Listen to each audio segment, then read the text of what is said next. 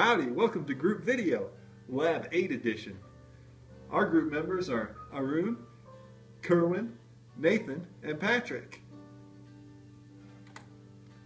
We'll be talking about some well logging. Here's an example well logging plot. This is from the well where we will be doing our calculations today. We're going to go through the Pickett plot to try and find the variables for Archie's equation.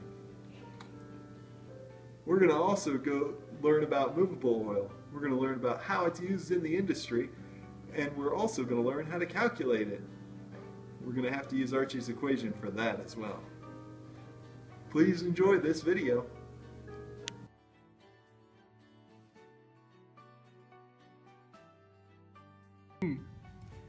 Today we're going to read about how we're going to determine where our clean zone is and what kind of hydrocarbon it is based on a cross plot. Okay, it is observable from here that gas is the type of hydrocarbon in our area of interest. Why is that though? Fret not, I'm not just going to leave you guys hanging around just like that. Well, we're going to note 3 factors on this to help us identify why we came up with such a conclusion. The first key factor is to note that this is a cross plot based on NPHI and bulk density. Common mistake done by students is assuming that the cross plot is done by on a scale of NPHI and DPHI. And another thing is to notice that NPHI increases this way and DPHI and bulk density decreases this way. Common mistake done by students is to assume that both increases in that manner. Okay, our second key factor is to determine our zone of interest, which is around this area. We can determine this by noticing the low gamma radiation readings around those areas. This is giving us a high probability that there's clean sandstone present within those areas. And the third key factor, which will help us interpret whether this is a gas zone or not, is based on our NPHI reading and our bulk density reading. Our NPHI reading is high while our bulk density reading, let me reiterate that, our NPHI reading is low plus our bulk density reading is low as well. This is a common reading for when it comes to gas regions because of the low hydrogen concentration within gas. Due to the low hydrogen concentration within gas, we will have a low NPHI reading, and due to the fact that gas is lighter, it's less dense than liquid, we have a low bulk density reading as well. And that is how we decide there's gas over there. And that concludes that.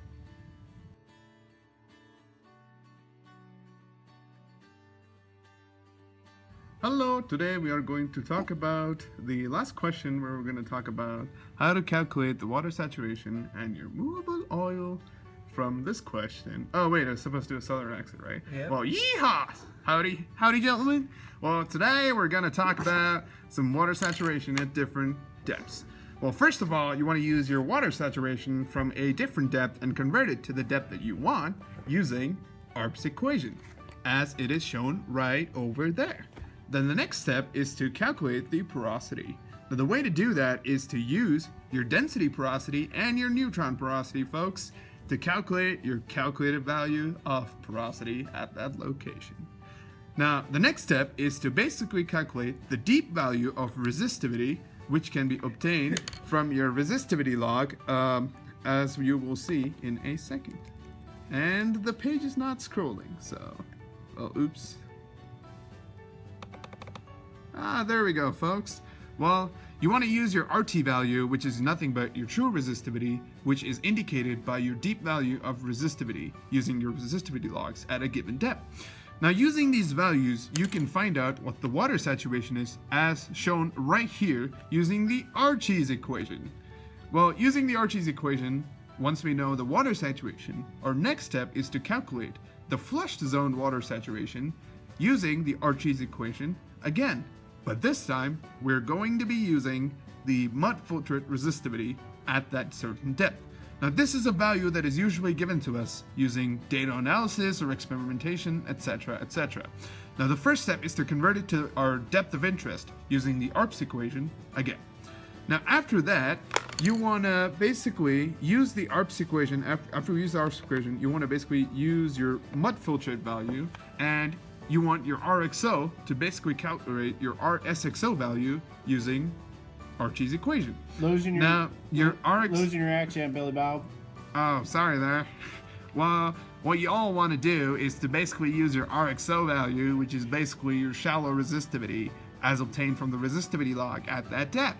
And then using the calculated porosity, which is the same thing for that location or for a different location, depending on the depth, we basically calculate using your porosity, your A value, which is basically your tortuosity, your N, which is your saturation exponent, and then your M, which is your cementation factor. And then once we plug all of that in, we get y'all some SXO values right there. And then using the SXO and your water saturation, you want to basically calculate the amount of movable oil. That's some good marshmallows right there. But well, using the SXO value and your SO value, we take the difference of the two, and then we get our movable oil, folks.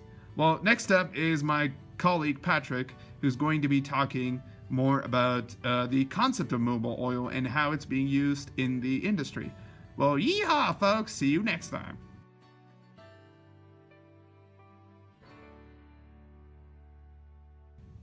Hey guys, today we just wanted to talk about how to find movable oil and basically what it looks like underground. So first I'm going to start a quick little video where they're drilling, and they're going to go down and create a zone in the well where we'll be able to go down and do a log to basically find our water saturation and investigate the water saturation in our flush zone. And so what they're gonna do here is they're gonna go ahead, pull out, and then they're gonna run some casing and cement. Guys probably haven't seen this happen before, so let's take a look at how they're gonna do this by running some casing in the hole, and they're gonna run cement.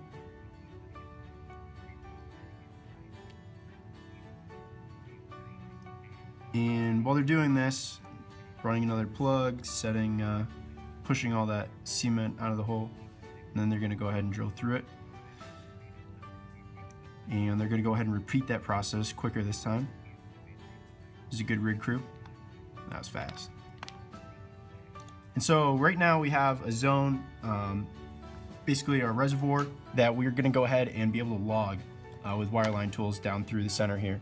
And so with that log, we'll be able to investigate that flush zone to find out our water saturation, our porosity, permeability, and basically what that will allow us to do is, as you can see here, is look at that mud filtrate, and with the mud filtrate or the SXO right here, we'll be able to investigate that flush zone, and the amount of mud filtrate that we find in that flush zone will identify the amount of oil that did take up that pore space initially.